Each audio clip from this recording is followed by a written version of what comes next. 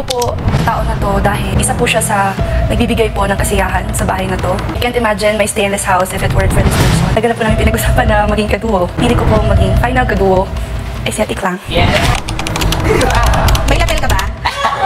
I think it's a unanimous decision. Tinatanggap ko po dahil Shuvi, ikaw rin talaga gusto kong maging final duo. Alam mo yan. I think this is it para makawi sa'yo sa pagkakasal mo sa akin. Sabay kitang isasalbat. Dalaman natin pangarap mo. Pangarap natin.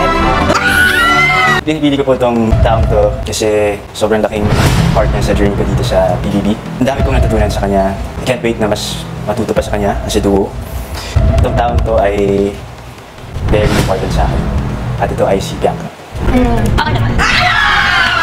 Well, we've been through a lot in this house. We've been through thick and thin, hell and back end. As pusa man tayo, madalas, I wouldn't have it any other way. So, tapusin na natin to.